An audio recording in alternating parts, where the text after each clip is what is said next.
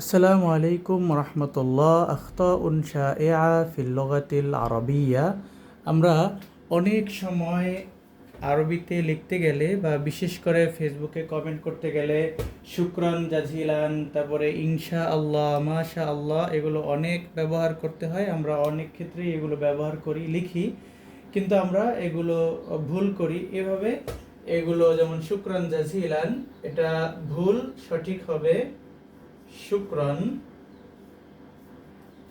জাজিলান।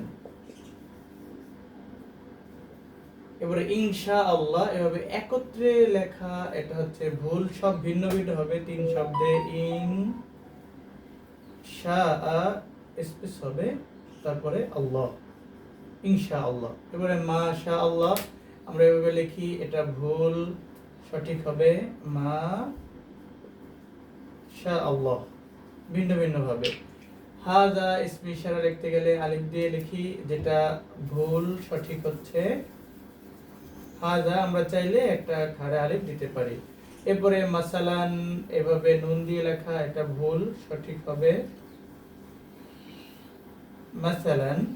আল্লাযী আমরা ডাবল লাম দিয়ে লিখি, আল্লাতী ডাবল লাম দিয়ে লিখি, এই উভয়টাই ভুল, সঠিক হবে আল্লাযী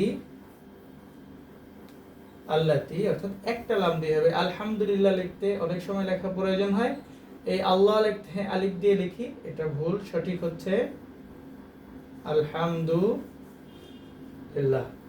শুকরান, জাযাকুমুল্লাহ।